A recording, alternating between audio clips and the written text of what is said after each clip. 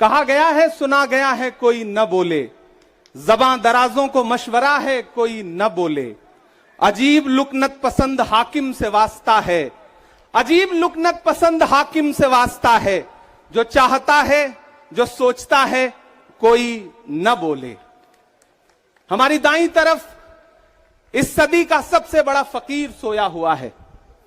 मैं उनकी समाधि से बिल्कुल करीब खड़ा होकर के संकल्प सत्याग्रह में मेरी आंखों के सामने तपती दोपहरी में बड़ी तादाद में मौजूद कांग्रेस पार्टी के सिपाहियों को सलाम करता हूं। नवरात्रि चल रही है, रमजान चल रहा है, मैं रोजे की हालत में हूं। आप तमाम साथी ऐसे होंगे जिन्होंने नवरात्रि के व्रत रखे होंगे और इस पवित्र सप्ताह के बीच में हम खड़े हैं एक हाकिम की सनक के से उपजे हुए एक फैसले के खिलाफ।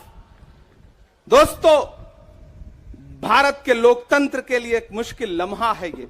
याद करिए, जब हाकिम की सनक की वजह से आप लाइनों में लग करके अपने पैसे बदलवाने के लिए बैंकों के साथियों से विनती कर रहे थे, चरौरी मिन्नत कर रहे थे, तब सबसे बड़ी आवाज बन के कौन बोल रहा था?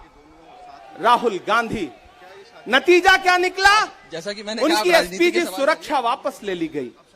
याद करिए, जब गब्बर सिंह टैक्स लगा करके छोटे व्यापारियों को बर्बाद करने का सपना पाला था इस सरकार ने, तो सबसे मजबूत आवाज बन के कौन बोल रहा था? राहुल गांधी। नतीजा क्या निकला? हजारों करोड़ रुपए खर्च करके उनके पीछे ट्रोल आर्मी लगा दी गई। उनकी इमेज खराब करने के लिए जितने तरीके अपना सकती थी भारतीय जनता पार्टी उसने अपनाया। याद करिए कि जब राफेल के मुद्दे पर राफेल में हुई लूट के खिलाफ एक अकेला शख्स पूरे देश में खड़ा होकर के चौकीदार से पूछ रहा था कि आपकी चौकीदारी का सवाल है, बताइए सच्चाई क्या है, तब उनके पीछे 55 घंटे उन्हें ईडी के ऑफिस में बिठा करके पूछताछ की गई। मेरे भाई, उस शख्स ने क्या गुनाह किया? क्या कसूर है उनका? उनका कसूर इतना है कि जब देश में नफरतें सर चढ़ करके बोल रही थी तो उस शख्स ने कहा कि मैं भारत जोड़ने के लिए अपने पैर के छालों की परवाह किए बगैर 4000 किलोमीटर चलूंगा। यह कसूर है राहुल गांधी का। यह कसूर है राहुल गांधी का कि वह एक शहीद पिता के बेटे हैं। यह कसूर है उनका। यह कसूर है उनका कि उनकी दादी ने इस देश की मिट्टी के लिए अपने खून का एक एक कतरा कुर्बान कर दिया। यह कसूर है उनका।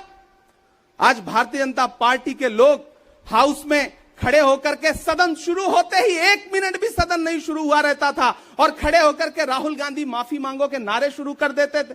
किस बात की माफी? क्योंकि वो भारत जोड़ रहे हैं, वो लोकतंत्र को बचाने की बात कर रहे हैं। अरे भाजपाइयों, माफी तो आपको मांगनी चाहिए। 15 लाख के झूठे जुमले के लिए माफी मांगो, बढ़ती हुई महंगाई के लिए माफी मांगो, अच्छे दिन के झूठे वादों के लिए माफी मांगो, लोकतंत्र को कुचलने के लिए माफी मांगो, महंगाई के खिलाफ माफी मांगो, 400 का सिलेंडर 1100 रुपए करने के लिए माफी मांगो, 58 रुपए का पेट्रोल 100 रुपए का करने के लिए माफी मांगो, हिंदू को मुसलमान से लड़ाने के लिए माफी मांगो, सिख को ईसाई से लड़ाने के लिए माफी मांगो। माफी तो तुम मांगो।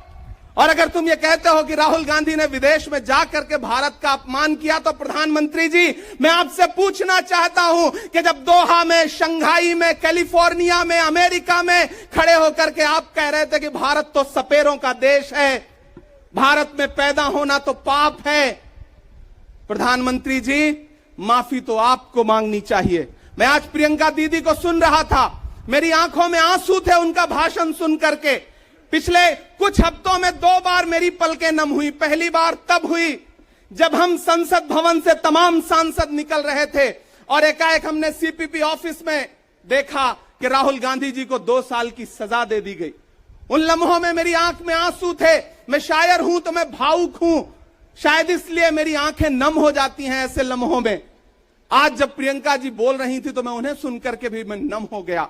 यह जुल्म है कि जुल्म को कहता हूं साफ जुल्म। यह जुल्म है कि जुल्म को कहता हूं साफ जुल्म। क्या जुल्म कर रहा हूं? मुझे मार दीजिए। जो जख्म बांटते हैं उन्हें जीस्त पे है हक। मैं फूल बांटता हूं, मुझे मार दीजिए। फिर उसके बाद हिंदुस्तान वालों, फिर उसके बाद शहर में नाचेगा हू का शोर, फिर उसके बाद शहर में नाचेगा हू का शोर। मैं आखिरी सदा हूं, मुझे मार दीजिए। मेरे भाई, इस देश के लोकतंत्र को बचाने के लिए जो सबसे बड़ी आवाज है इस देश के, उसको मारने की, उसको कुचलने की जो कोशिश है, उसके खिलाफ आपको खड़ा तो होना पड़ेगा, आपको बोलना तो पड़ेगा।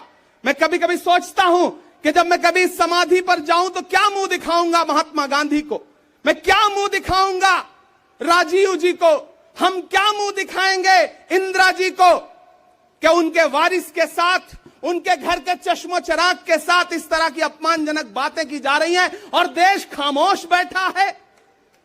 सवाल आपसे है, सवाल यहां बैठे हुए लोगों से नहीं है, सवाल आपसे है जो आप कांग्रेस की मोहब्बत में यहां आए हुए। मैं आपको सलाम करता हूं, मैं जानता हूं आप राहुल गांधी जी से मोहब्बत करते हैं, कांग्रेस पार्टी से मोहब्बत करते हैं, प्रियंका जी के सम्मान में आए हुए हैं, खड़गे साहब के सम्मान में आए हुए हैं, मैं जानता हूं, वरना इस तपती दोपहरी में व्रत रख के, रोजा रख करके कौन परेशान होने के लिए आता। आपको मोहब्बत है पार्टी से, लेकिन नया पाने की चाहत में पुराना छूट जाता है। तुझे अपनाऊं तो मुझसे जमाना रूठ जाता है। मोहब्बत पढ़ने लिखने में बहुत आसान है, लेकिन मोहब्बत को निभाने में पसीना छूट जाता है। मैं जानता हूं कि आप पसीने के बीच भी, आप तपती दोपहरी के बीच भी यहां बैठे हैं। क्यों?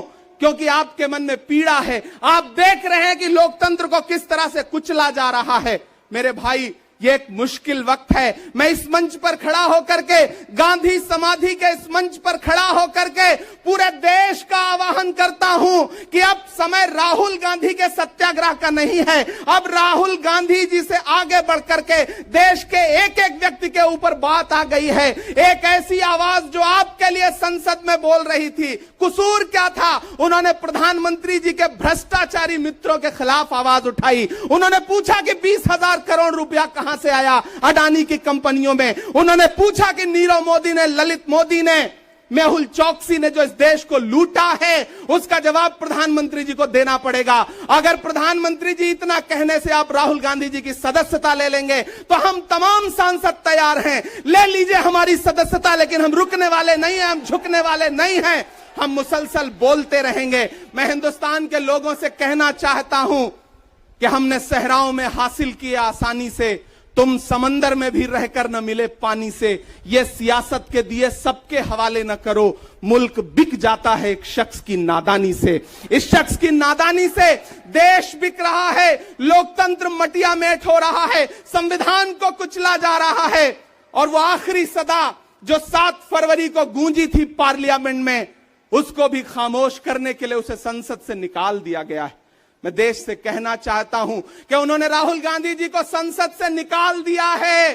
देश सुने इस बात को कि नरेंद्र मोदी जी और उनकी सरकार ने साम दाम दंड भेद इस्तेमाल करके राहुल गांधी को संसद से निकाल दिया है। अब देश के ऊपर फैसला है, उन्होंने संसद से निकाला है। देश के लोगों, राहुल गांधी को अपने दिल में रखो, अपने दिल में बिठाओ, निकलो पूरे देश में, करो सत्याग्रह। देखते हैं इस हुकूमत की तानाशाही में कितनी ताकत है। अगर कांग्रेस का एक एक कार्यकर्ता जो अपने घरों पर कहीं बैठा हुआ है, मैं उससे भी आह्वान कर रहा हूं कि राहुल गांधी से बढ़ करके ये मसला इस देश के लोकतंत्र तक आ गया है, इसे बचाइए। और राहुल जी शायद अपने घर पर होंगे, यहां हम हजारों की तादाद में उनको समर्थन देने के लिए जुटे हैं। मैं तो बस इतना कह रहा हूं कि मेरे भाई, आपको एक बात समझनी है, और वो ये है कि इस मुश्किल वक्त में हमें राहुल जी से ये कहना है कि लहू में भीगे तमाम मौसम गवाही देंगे कि तुम खड़े थे। एक आखिरी नज्म सुना करके मैं आपसे विदा लूंगा कि लहू में भीगे तमाम मौसम गवाही देंगे कि तुम खड़े थे। शहर का सूरज गवाही देगा कि जब अंधेरों की कोख से निकलने वाले ये सोचते थे कि कोई जुगनू बचा नहीं है, तो तुम खड़े थे, तुम खड़े थे। तुम्हारी आंखों के ताकचों में जलती मशालों ने नई मनाजिल हमें दिखाई। तुम्हारे भाई, तुम्हारी बहनें, तुम्हारी माएं, तुम्हारी मिट्टी का जर्रा जर्रा गवाही देगा कि तुम खड़े थे। हमारी धरती के जिस्म से जब हवस के मारे ये सोचते थे कि कि सियाह जोंकों की तरह चिमटे तो तुम खड़े थे। तुम्हारी हिम्मत, तुम्हारी अजमत और इस्तकामत तो वो हिमालय है कि जिसकी चोटी तलक पहुंचना न पहले बस में रहा किसी के, न आने वाले दिनों में होगा। सो आने वाली तमाम नस्लें गवाही देंगी कि तुम खड़े थे, कि तुम खड़े थे। हम तमाम लोग, मैंने कहा ना बहुत सारे लोग यहां व्रत रख करके आए हुए हैं, मैं रोजे से हूं। हम तमाम लोग इस देश के लोकतंत्र को बचाने के लिए राहुल गांधी जी के साथ अलल ऐलान खड़े हैं, खड़े रहेंगे और एक एक सांस तक उनके साथ खड़े रहेंगे। ये हमारा राहुल गांधी जी से वादा है। जिसे खौफ नहीं है मुरझाने का, हम उस गुल के साथ खड़े हैं। कैसा भी दौर आए लेकिन हम राहुल के साथ खड़े हैं। कल भी खुलकर साथ खड़े थे, आज भी खुलकर साथ खड़े हैं। कैसा भी दौर आए लेकिन